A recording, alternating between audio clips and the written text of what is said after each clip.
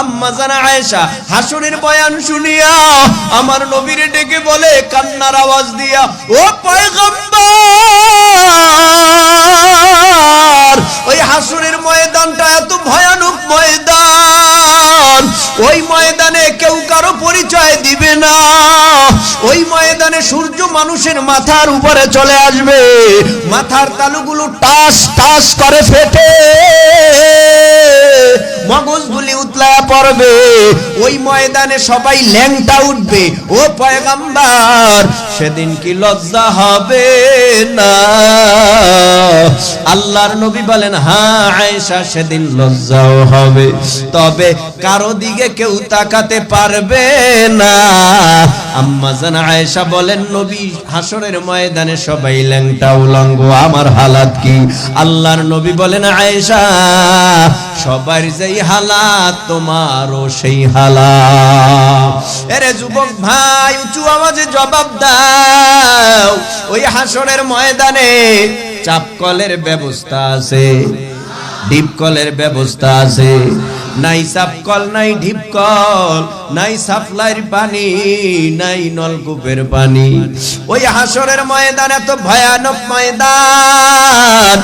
ওই ময়দানে আমার বাবাও যেই মাঠে, আমার মাও সেই মাঠে, আমিও সেই মাঠে, দলপতিও যেই মাঠে, তার কর্মীরাও সেই মাঠে, পীর যেই মাঠে, মুরিদও সেই মাঠে, নবীরা যেই মাঠে, নবীর উম্মতেরাও সেই মাঠে। মাঠ হবে একটা বড় ভয়ানক মাঠ। ওই মাঠটা এত ভয়ানক হবে, 9,30,00,000 মাইল দূরের সূর্যের তাপ, জমিনে তা আমরা সহ্য করতে পারি না।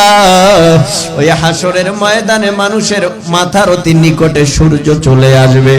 আল্লাহ বলবে, সূর্য যত পাওয়ার আজকে হাসরের জমিনে ছাড়ো, সূর্যের পাওয়ারে মাটির জমিটা পড়ে তামা হয়ে যাবে। তামা এমন একটা পদার্থ, এমন একটা ধাতু। ও নবীর উম্মত, লোহাও একটা ধাতু। ও নবীর উম্মত, পিতলও একটা ধাতু পদার্থ। এই পিতল পদার্থ, পিতলের সাথে হাসরের জমিনের তুলনা নয়, লোহার সাথেও নয়। তামার সাথে কেন হাসরের জমিনের তুলনা করা হয়? বলে তামা এমন একটা পদার্থ আর ধাতু, এক পাশে আগুন লাগলে অটোমেটিক তামার অপর পাশ গরম হয়ে যায়। আল্লাহর নবী বলে, উম্মতের দল, হাসরের ময়দানটা এত ভয়ানক ময়দান, মানুষের মাথার আধাত উপরে সূর্য, সূর্যের গরমে মাটির জমিটা পুড়ে তামা। তার মানে আগুন, ডানে আগুন, বামে আগুন, সামনে পিছনে আগুন, মানুষের মাথার তালু সূর্যের গরমে ফেটে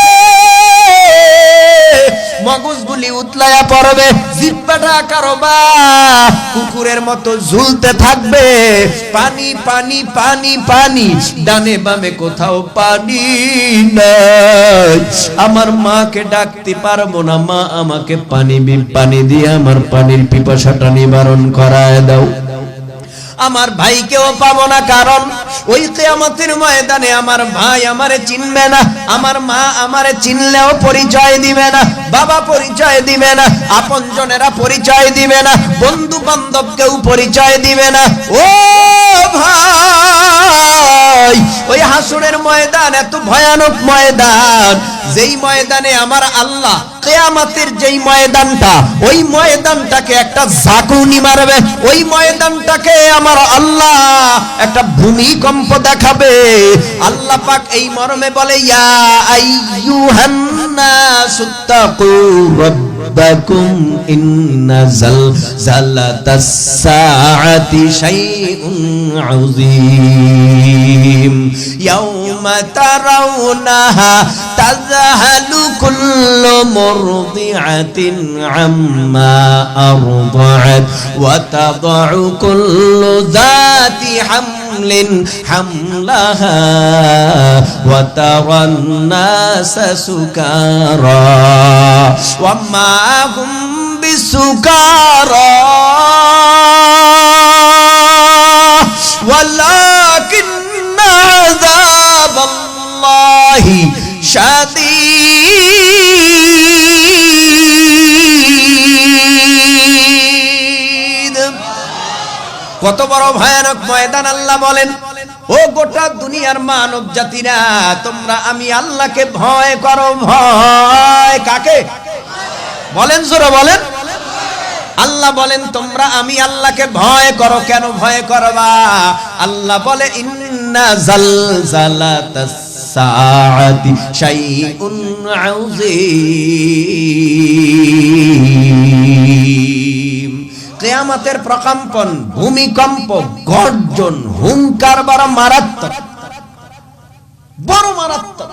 না হয় দুনিয়ার জমিনের মধ্যে সন্তানের জন্য মা পাগল, এখনো মার জন্য সন্তান পাগল, সন্তানের জন্য মা পাগল। এই সন্তান যদি আগুনের মধ্যে পুড়ে পুড়ে মারা যায়, মা যদি নজর করে দেখে সন্তান আগুনের মধ্যে পুড়ে, তখন ওই মা সহ্য করতে পারে না, ঝাঁপ দিয়া আগুনের মধ্যে পড়ে সন্তানকে বাঁচাবার চেষ্টা করে, নিজের জীবনের পরোয়া করে না। অথচ এই দুনিয়ার জমিনে সন্তান যদি পানিতে হাবুডুবু খায়, মা সহ্য করতে পারে না। কিন্তু ওই হাসরের ময়দানে সন্তানকেও মা দেখবে, মাও সন্তানকে দেখবে, ভাই ভাইকে দেখবে, ভাই ভাইয়ের প্রতি মায়াও লাগতে যাবে। কিন্তু বলবে আহারে আমার অবস্থাও তো খারাপ হতে পারে, আমার হাতেও তো হিসাবের পর যদি আমার এক জাররা পরিমাণ নেক কম হয়ে যায়, আমার হাতেও তো জাহান্নামের আগুনের শিকল লেগে যাবে, আর ফেরেশতারা টেনে টেনে টেনে টেনে জাহান্নামের ভিতরে নিয়ে যাবে, জাহান্নামের ভিতরে নিয়ে জাহান্নামের খাম্বার ভিতরে বাইরা, এরপরে তো গুর্জা দিয়ে আমার পিটাতে থাকবে, আঘাত করতে থাকবে। না না, মা সন্তানকে পরিচয় দিবে না, সন্তান মাকে পরিচয় দিবে না। কত বড় কঠিন হালাত হলে মা সন্তানকে কিয়ামতের মাঠে ভুলে যাবে, কত বড় ভয়ানক গর্জন হলে, কত বড় ভয়ানক হুঙ্কার হলে কিয়ামতের ময়দানে সন্তান মাকে ভুলে যাবে, মাও সন্তানকে ভুলে যাবে, পীর মুরিদকে ভুলে যাবে, মুরিদ পীরকে ভুলে যাবে। ওই দিন দলপতি কর্মীকে ভুলে যাবে, কর্মীও দলপতিকে ভুলে যাবে। ওই দিন এমন একটা ভয়ানক অবস্থা, যেদিন আমার হালাত হবে খারাপ। এ যুবক, তোমারও অবস্থা হবে খারাপ। এ পর্দার অন্তরালার মা বোনেরা, ওই হাসরের ময়দানটা হবে খুব ভয়ানক আর খারাপ। ওই ময়দানে সকল নবীরা, সকল উম্মতেরা কেমনে উঠবে, পায়ে কি খরম থাকবে, শরীরে কি পোশাক থাকবে? আল্লাহর নবী বলেন, ক্বালান নাবিয়্যু সাল্লাল্লাহু আলাইহি ওয়াসাল্লাম, ইন্নাকুম মাহশুরুনা ইয়াওমাল কিয়ামা হুফাতান উরাতান গুরলা, আও কামা ক্বালান নাবিয়্যু আলাইহিস সালাতু ওয়াসসালাম। আল্লাহর নবী বলেন, কিয়ামতের ময়দানে সমস্ত মানুষগুলি ল্যাংটা, খালি পায়ে, খাতনাহীন অবস্থায় ওই হাসরের ময়দানে উঠবে। ওই হাসরের ময়দানে সবাই ল্যাংটা, সবাই খালি পায়ে, সবাই খাতনাহীন অবস্থায়। আম্মা জানা আয়েশা হাসরের বয়ান শুনিয়া আমার নবীরে ডেকে বলে কান্নার আওয়াজ দিয়া, ও পয়গম্বর, ওই হাসরের ময়দানটা এত ভয়ানক ময়দান, ওই ময়দানে কেউ কারো পরিচয় দিবে না। ওই ময়দানে সূর্য মানুষের মাথার উপরে চলে আসবে, মাথার তালুগুলো টাস টাস করে ফেটে মগজগুলি উতলা পড়বে। ওই ময়দানে সবাই ল্যাংটা উঠবে। ও পয়গম্বর, সেদিন কি লজ্জা হবে না? আল্লাহর নবী বলেন, হ্যাঁ আয়েশা, সেদিন লজ্জাও হবে, তবে কারো দিকে কেউ তাকাতে পারবে না। আম্মা জান আয়েশা বলেন, নবী হাসরের ময়দানে সবাই ল্যাংটা উলঙ্গ, আমার হালাত কি? আল্লাহর নবী বলেন, আয়েশা, সবার যেই হালাত তোমারও সেই হালাত, সবার যেই হালাত তোমারও সেই হালাত। এমন একটা ময়দান, ওই ময়দানে হাউজে কাউসারের দরকার আছে না নাই? আরো আসতে বলো। ওই ময়দানে হাউজে কাউসারের বড় প্রয়োজন, কারণ ডানে বামে পানি নাই, ওই ময়দানে কেউ কাউকে পানি দিয়া সাহায্য করবে না। আমার নবী একদল উম্মতকে ডেকে ডেকে বলবে, উম্মতের দল আয় আয় আয়। আল্লাহর নবী ডেকে বলবে, আমাকে আমার আল্লাহ একটা বরকতপূর্ণ পানি দান করেছে, হাউজে কাউসারের পানি। আমার হাতে এক পেলা পান করিয়া যাও, 50,000 বছরের মধ্যে পানির পিপাসা লাগবে না। আমার নবী যেই উম্মতকে ডাকবে, ওই উম্মতের কপালটা কত ভালো। আর আমার নবী যেই উম্মতকে সোহকান সোহকান বলে তাড়ায় দিবে, ওই উম্মতের কপালটা কত পোড়া। নবী যাকে ডাকবে তার কপাল কত ভালো হবে।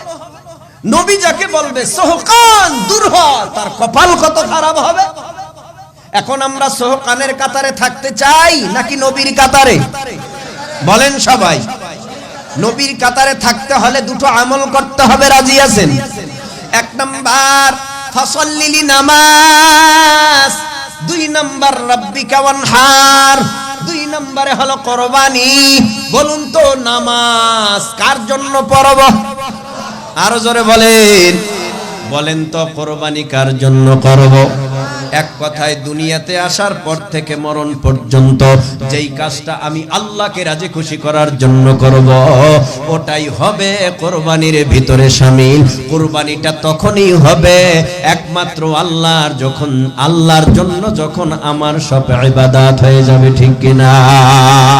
মুসলমানি পুয়াদ গরদান নেহাদান আয়নানে খুদ বদসতে খাজাদান গর্ব সুরত আদমি ইনসাবুদে আহমদ আবু জহল হালক সাবুদে আদমিরা আদমি আদলাজে মস্তউদ রাগর বুনা বাশত হি জামা।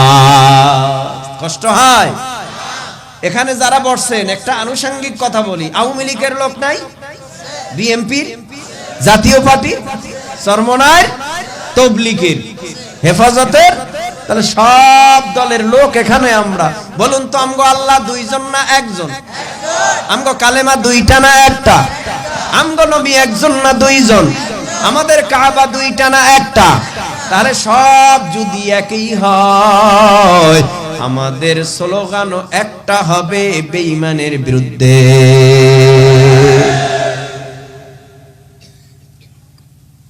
তাহলে এখানে আমরা সবাই এক দলের লোক, ঠিক না? সে দলটা কালেমার দল। কিসের দল? লা ইলাহা মুহাম্মাদুর। তাহলে আমরা সবাই এক দলের লোক, কালেমার দলের লোক। তাহলে বলেন উঁচু আওয়াজে মহাব্বতে, নামাজ কার জন্য? এখন নামাজটা যে আমি পড়বো আমার মন মতো নাকি নবীর তরিকায়? নবীর তরিকায় নামাজ পড়তে হলে ইমাম ছাড়া পড়া যাবে নাকি ইমাম দরকার? এখন যদি আমি বলি না ইমামের দরকার নাই, নামাজ পড়ব, তাহলে আপনার নামাজ হবে না।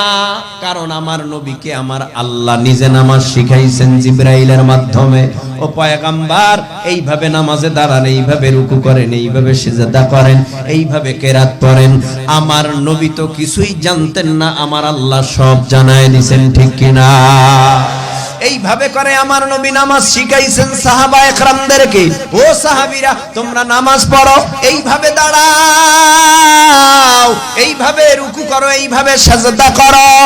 আমার নবীর সাহাবীরা সেইভাবেই করতেন। তো সাহাবীরা করলেন, তাবেঈরা করলেন, তাবেঈরা করলেন, খুলাফায়ে রাশিদিনরা করলেন। এখন যত আহলে হক বুজুর্গ পীর মাশায়েখ বাংলাদেশের মধ্যে বসবাস করে, গোটা বিশ্বে বসবাস করে, এখন বর্তমানে গোটা দুনিয়ার আহলে হক উলামায়ে কেরাম যেই নামাজটা পড়ে, এটাই হলো নবী ওয়ালা নামাজ। এর বাহিরে যারা নামাজ আমাদেরকে শিখায়, এটা আসলে নামাজ না, নামাজ নামে নষ্টামি।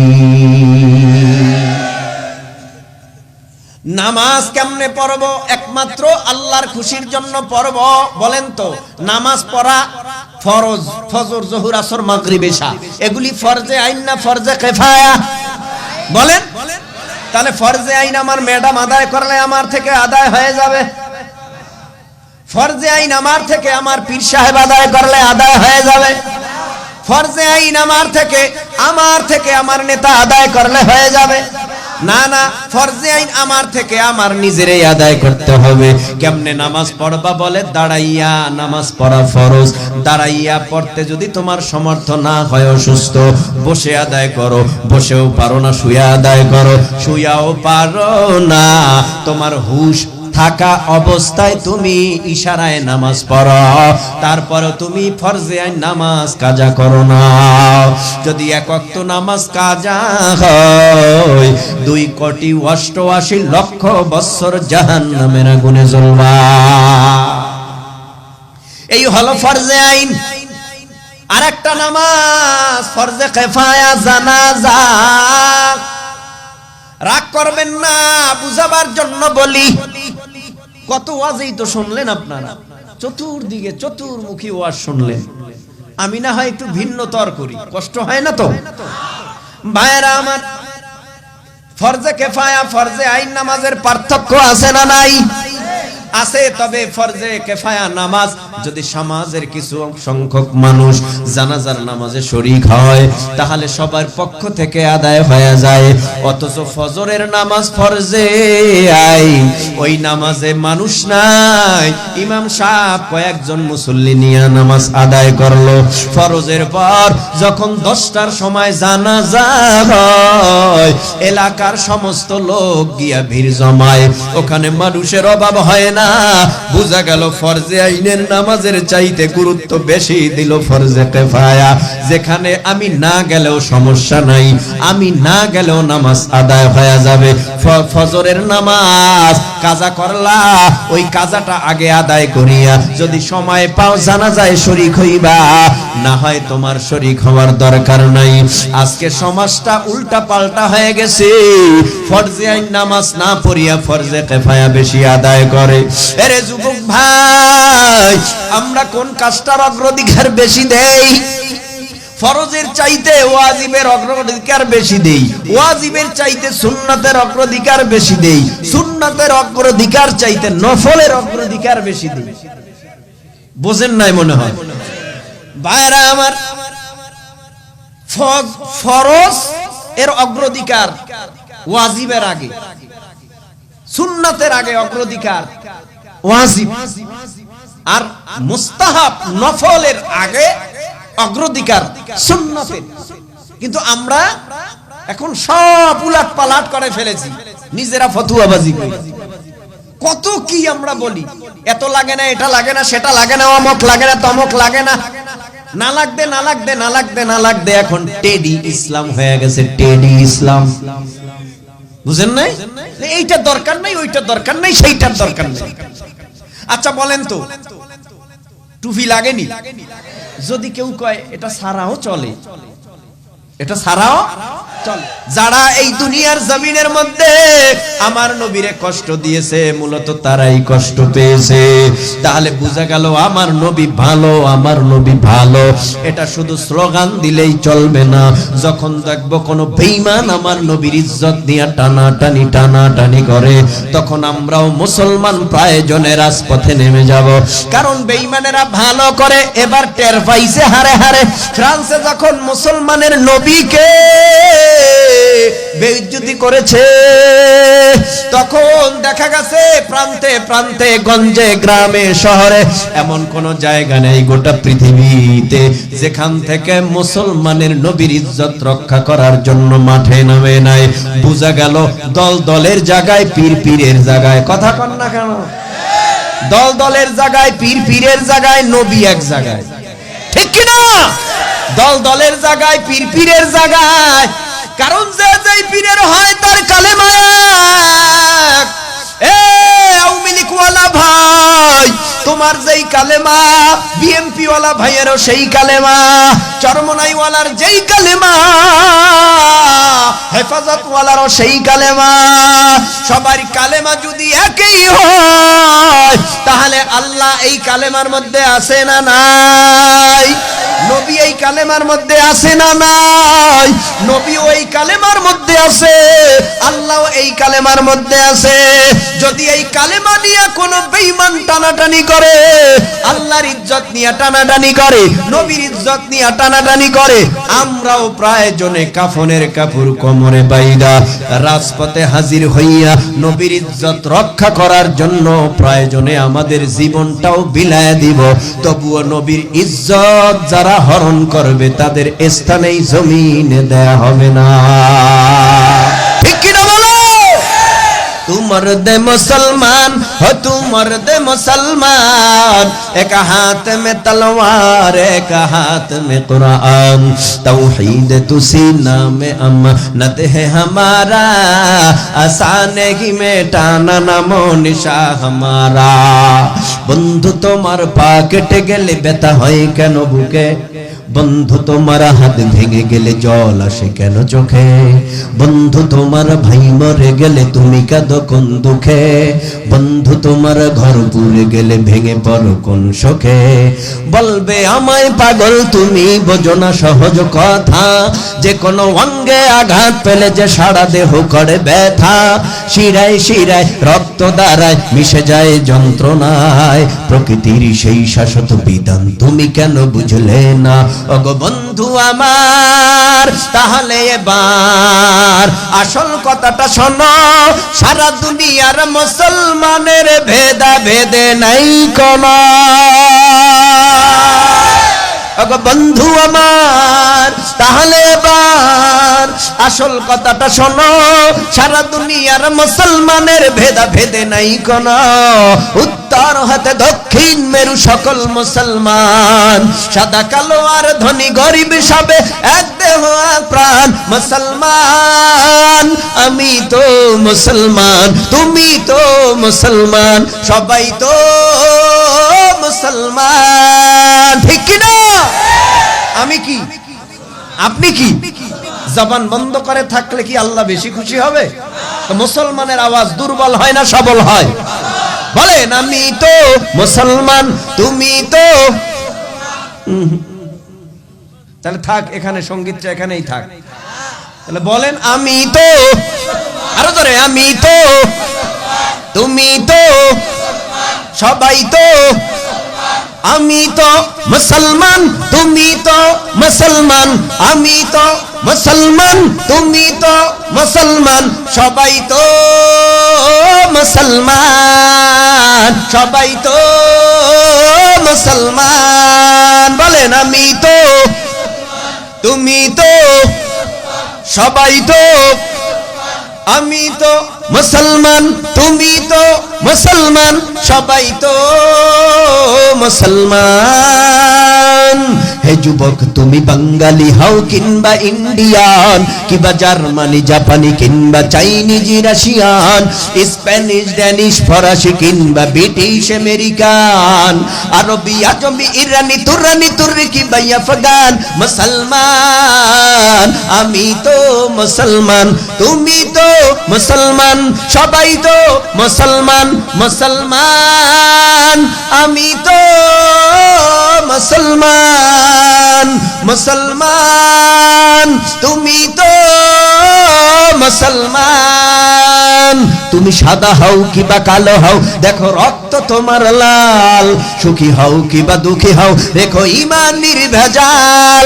দূরে রাও কিবা কাছে রাও, তবু কাবাই তোমার ঘর।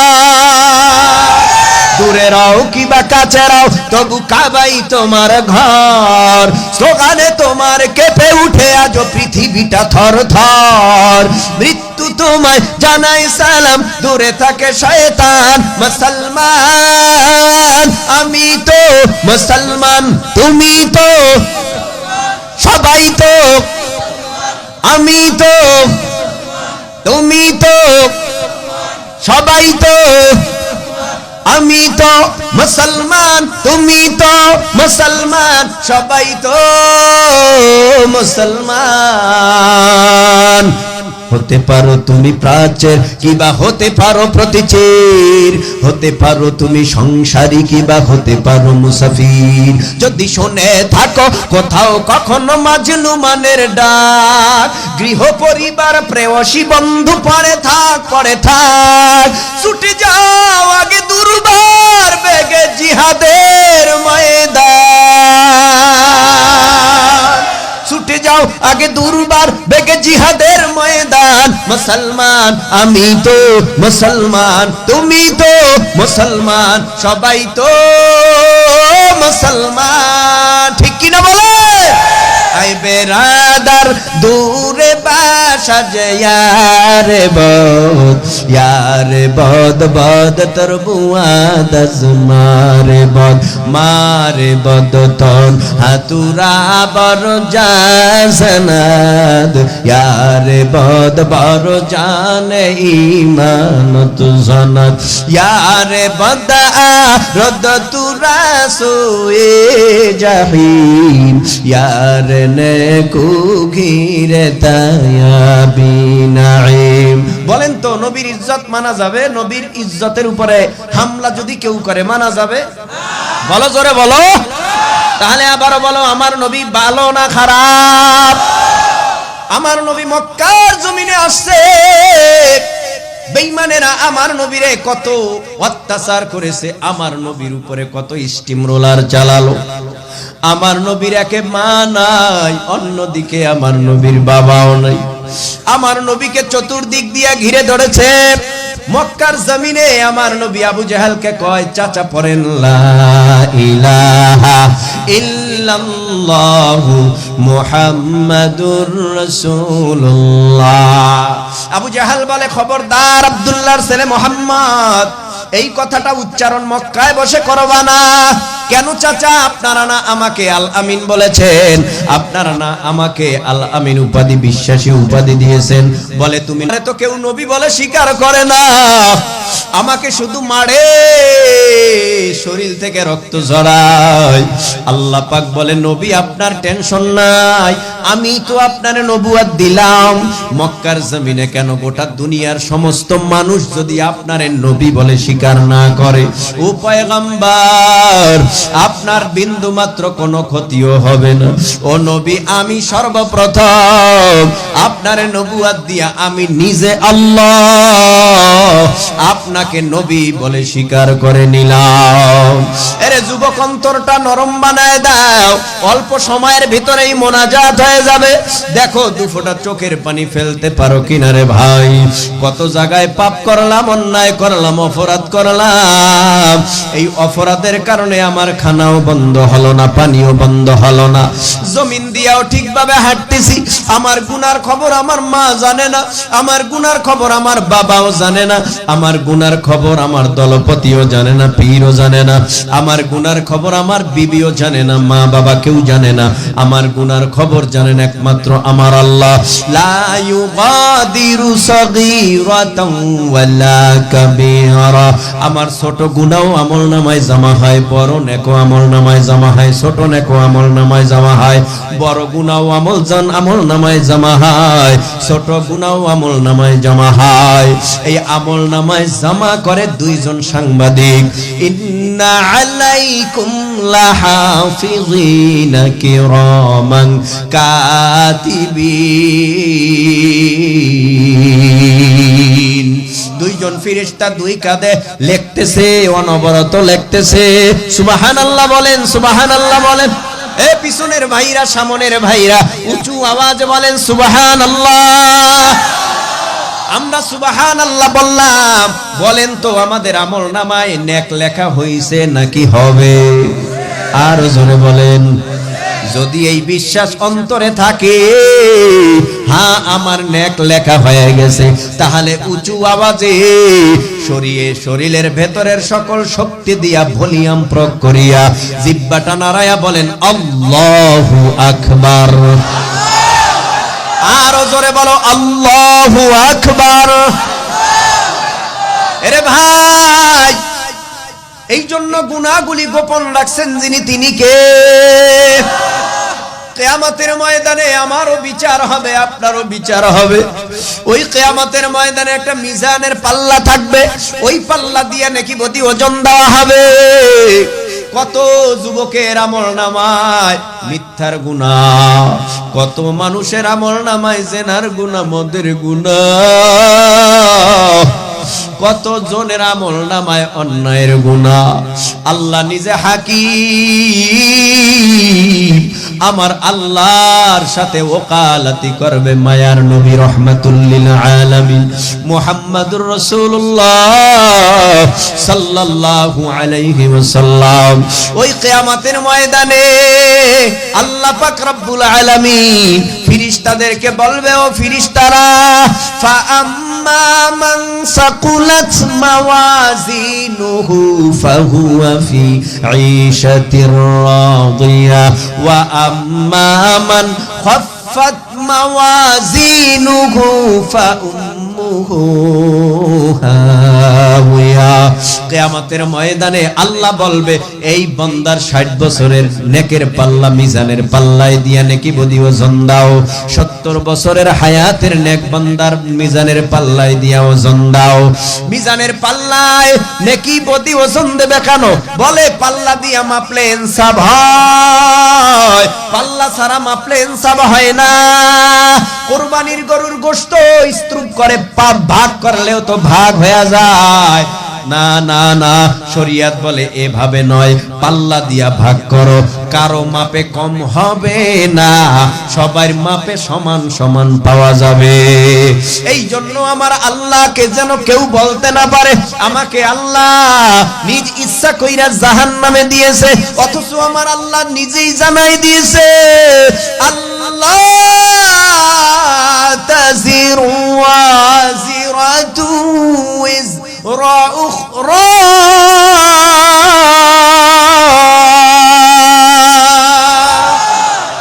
আল্লাহ পাক রব্বুল আলামিন বলেন, যার যার পাপ তার ঘাড়ে চাপায় দেওয়া হবে, তার আমলনামায়। আমার পাপ আমার বাবা নিবে না, আমার পাপ আমার মাও নিবে না, আমার পাপ আমার কাঁধেই চাপায় দেওয়া হবে। আল্লাহ পাক বলবে, ও ফেরেশতারা, মিজানের পাল্লায় নেকি বদি ওজন দাও। কষ্ট হয়? মিজানের পাল্লায় নেকি বদি ওজন দাও। মিজানের পাল্লায় নেকি বদি ওজন দেওয়ার পর এক দলের নেকের পাল্লা ভারী, আল্লাহ বলবে, ইনতালিকু বিআবদি ইলাল জান্নাহ। বান্দা, তোমার উপরে আমি আল্লাহ খুশি হয়ে গেলাম, যাও যাও বান্দা, তোমার ঠিকানা জান্নাত। এই আল্লাহর বান্দা খুশি হয়ে জান্নাতের দিকে দৌড়ায় যাবে। আবার ওয়া আম্মা মান খাফফাত মাওয়াজিনুহু ফাউম্মুহু হাওয়া, যার নেকের পাল্লা হালকা হয়ে যাবে, হালকা, গুনার পাল্লা ভারী। আল্লাহ পাক রব্বুল আলামিন বলবেন, ও ফেরেশতারা দেরি করিও না, এই নাফরমান দুনিয়ার জমিনের মধ্যে আমি আল্লাহর দেয়া নিয়ামত কম খায় না, আমি আল্লাহ পাকের হুকুম মানে না। এই নাফরমানদের গলায় হাতে পায়ে জাহান্নামের আগুনের শিকল লাগাইয়া দাও, জাহান্নামের আগুনের শিকল লাগাইয়া টানতে টানতে টানতে টানতে ফেরেশতারা জাহান্নামে নিয়া জাহান্নামের খাম্বার ভিতরে বাঁধিয়া আল্লাহ পাকের পক্ষ থেকে আল্লাহ পাক রব্বুল আলামিন বলবে, আলাম ইয়াতিকুম রাসূলুম মিনকুম ইয়াতলুনা আলাইকুম আয়াতি রাব্বিকুম ওয়া ইউনযিরুনাকুম লিকা ইয়াউমিকুম হাযা ক্বালু বালা ওয়ালাকিন হাক্কাত কালিমাতুল আযাব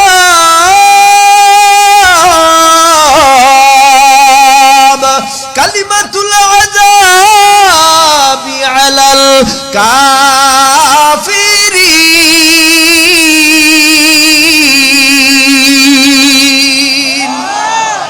আল্লাহ পাক রব্বুল আলামিন বলবে, তোমাদের কাছে নবী যায় নাই, আমি আল্লাহ নিজে।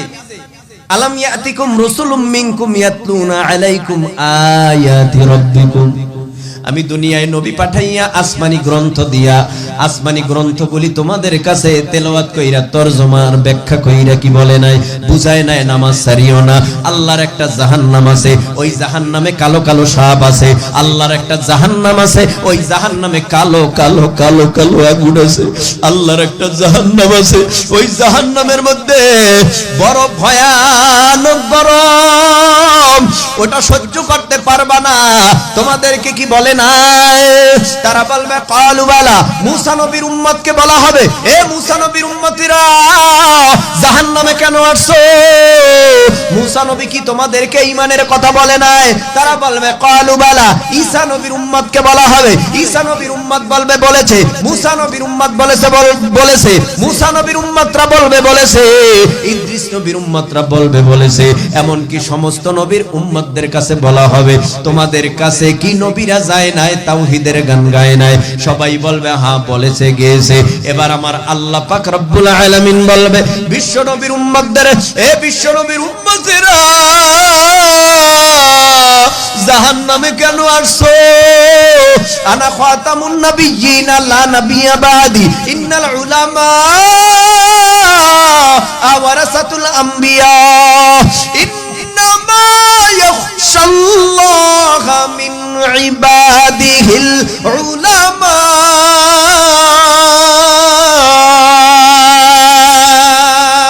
দুনিয়ার জমিনের মধ্যে আমি আল্লাহ আমার নবীর ওয়ারিস রাখলাম, আর দুনিয়ার জমিনে এই দায়িত্বটা উলামায়ে কেরাম পালন করেছে।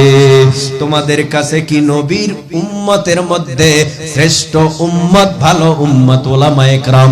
তোমাদেরকে কি নামাজের কথা বলে নাই, রোজার কথা বলে নাই, হজের কথা বলে নাই, যাকাতের কথা বলে নাই, আল্লাহর যে একটা জাহান্নাম আছে এই কথা কি বলে নাই? তারা বলবে কালু বালা। আল্লাহ পাক গোসা হইয়া জাহান্নামের আগুন চাপায় দিবে। কত বড় ভয়ানক আগুন হবে জাহান্নামের আগুন! দুনিয়ার আগুন হাতে লাগলে হাত পুড়ে, পা লাগলে পা পুড়ে, অন্য কোনো বস্তুর ক্ষতি হয় না।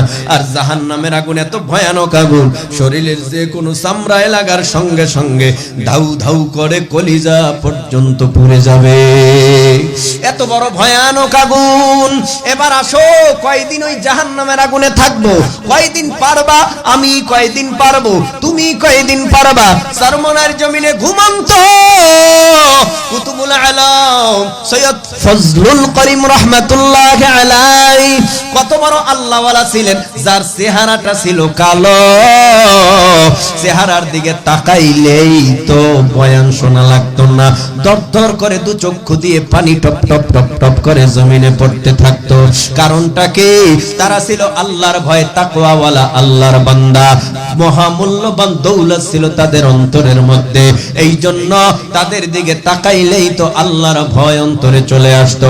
বেনামাজি নামাজি হইতো, বেপর্দাওয়ালা পর্দাওয়ালা হইতো, দাড়িবিহীনওয়ালা দাড়িওয়ালা হইতো। এক কথায় যারা খারাপ তারা ভালো হয়ে যাইতো। এই আল্লাহর ওলি বলতেন, যদি জাহান্নামের আযাব সহ্য করতে পারো, দুনিয়ার আগুন একটু পরীক্ষা করে যাবা, টেস্ট করে যাবা। যদি দুনিয়ার আগুন সহ্য করতে পারো, মনে করবা জাহান্নামের আগুন সহ্য করতে পারবা। কিভাবে টেস্ট করবা? এই দুনিয়ার জমিনে সবচাইতে কম তেজের আগুন হলো মোমবাতির আগুন। বাসায় গিয়া বাবা মোমবাতিটারে জ্বালায়া, এরপরে তোমার হাতের আঙ্গুলগুলি মোমবাতির আগুনের মধ্যে রাখবা। যদি মনে করো আঙ্গুলগুলো মোমবাতির আগুনে পুড়ে যায়, তাহলে মনে করবা জাহান্নামের আগুন এই মোমবাতির আগুনের মতো নয়। জাহান্নামের আগুনও বাবা তাহলে সহ্য করতে পারবা না। মোমবাতির আগুন যদি সহ্য করতে পারো, তাহলে মনে করবা জাহান্নামের আগুনও সহ্য করতে পারবা। বলো তো উঁচু আওয়াজে ভাই, জাহান্নামের আগুন সহ্য করার ক্ষমতা কারো আছে? জাহান্নামের আগুন সহ্য করার ক্ষমতা কারো নাই। বড় ভয়ানক আগুন জাহান্নামের আগুন। ওই জাহান্নামের মধ্যে ক্ষুধা লাগবে, ক্ষুধা ক্ষুধা। আল্লাহ খানা দাও, আল্লাহ ঠান্ডা পানি দাও। আল্লাহ পাক ফেরেশতাদেরকে বলবে, ও ফেরেশতারা এই না ফরমান, আমি আল্লাহর দেওয়া কত নিয়ামত খাইলো। আমি আল্লাহ আরে কতবার ফজরে ডাকলাম, জোহর আসর মাগরিব এশায় ডাকলাম, বান্দা আসে না, এখন এই বান্দা আমার কাছে ঠান্ডা পানি চায়। ও ফেরেশতারা পানি নাই, তাড়াতাড়ি কইরা জাহান্নামের ভেতরে যারা কাঁদতে কাঁদতে চোখের পানি বন্ধ হয়ে রক্ত পুঁজ পড়েছে, এই রক্ত পুঁজগুলো একটা পেয়ালার মধ্যে গরম করতে থাকো। লা ইয়াযুকুনা ফিহা বারদাও ওয়ালা শারাবা ইল্লা হামিমান ওয়া গাসসাকা। জাহান্নামের পুঁজ রক্ত পেয়ালার মধ্যে গরম করবে, ইল্লা হামিমান ওয়া গাসসাকা। পানিগুলি ফুটতে থাকবে, ফুটতে ফুটন্ত ফুটন্ত লাফালাফি করবে। ফেরেশতারা ওই নাফরমানের কাছে নিয়ে যাবে, পানি পান করো। তখন ফেরেশতাদেরকে বলবে, ভাই এই পানি তো চাই নাই, পানি চাইছি ঠান্ডা পানি। আল্লাহ পাকের ফেরেশতারা বলবে, মনের মতো খেয়েছো দুনিয়ায়, ঠান্ডা পানি খেয়েছো, আল্লাহর হুকুম মানো না, আজকে ঠান্ডা পানি দেওয়া হবে না, আজকে তোমার গরম পানি খেতে হবে। জোর করে ফেরেশতারা মুখের কাছে পেয়ালাটা নিয়ে যাবে, পেয়ালার পানি এত গরম, গালের গোশতগুলো গরম পানির তাপে খসে খসে পেয়ালার ভিতরে পড়ে যাবে, জিহ্বাটা পেয়ালায় ভাসবে, এরপরে পানি পান করবে, জোর করাইয়া ফেরেশতারা পান করায়া দিবে। পেটের নারী বুড়ি সহ পিছনের রাস্তা দিয়া সব জুব জুব করে বের হয়ে যাবে। এই হলো জাহান্নামের আযাব। এখানেই শেষ না, জাহান্নামের আযাব সহ্য করতে পারে না, জাহান্নামের আযাব সহ্য করতে না পারিয়া জাহান্নামের দেয়াল বাইয়া পালাইতে যাবে, ভাগিয়া যেতে যাবে, কিন্তু যাবার কোনো কায়দাও নাই। সমস্ত ফেরেশতারা দারোয়ান অথবা আযাবের ফেরেশতারা চতুর্দিক পাহারাদারি করতেছে, যেন কোনো নাফরমান জাহান্নাম থেকে পালায়া যেতে না পারে। আল্লাহ পাক রব্বুল আলামিনের জাহান্নামের বেড়ি বাইতে থাকবে, দেয়াল বাইতে থাকবে, বাইতে বাইতে এক পা বাকি থাকবে, পার হয়ে যাবে, পালায়া যাবে, লাফ দিয়া পড়ে যাবে, কিন্তু ফেরেশতারা ধাক্কা দিয়া ড্রিম করে আবার জাহান্নামের তলদেশে ফালায়া দিবে। এবার আমার আল্লাহ আরো বেশি গোসা হয়ে যাবে। আল্লাহ বলবে, ফেরেশতারা জাহান্নামের একটা সিন্দুক বানাও, জাহান্নামের একটা সিন্দুক বানাও, জাহান্নামের একটা সিন্দুক বানাইয়া জাহান্নামের কালো কালো সাপ সিন্দুকের মধ্যে ঢুকাইয়া জাহান্নামের কালো কালো আগুন বিচ্ছুগুলি সিন্দুকের মধ্যে ঢুকায় দিবে। আল্লাহ বলবে, ও ফেরেশতারা এই নাফরমানকে তাড়াতাড়ি সিন্দুকের মধ্যে ঢুকায়া ফেলো। জাহান্নামের সিন্দুকের মধ্যে ঢুকাইয়া বাহির থেকে তালা লাগায়া দেওয়া হবে। এখন ওই সিন্দুকের মধ্যে কালো কালো সাপ, কালো কালো বিচ্ছু, কালো কালো তেজি আগুন জড়া ধরবে, আর তো ওই জাহান্নামের থেকে ভাগতে পারবো না।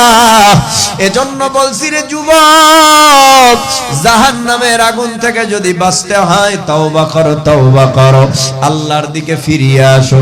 যত বড় পাপই করো না কেন, আল্লাহ পাকের রহমত আমাদের পাপের চাইতে অনেক বড়।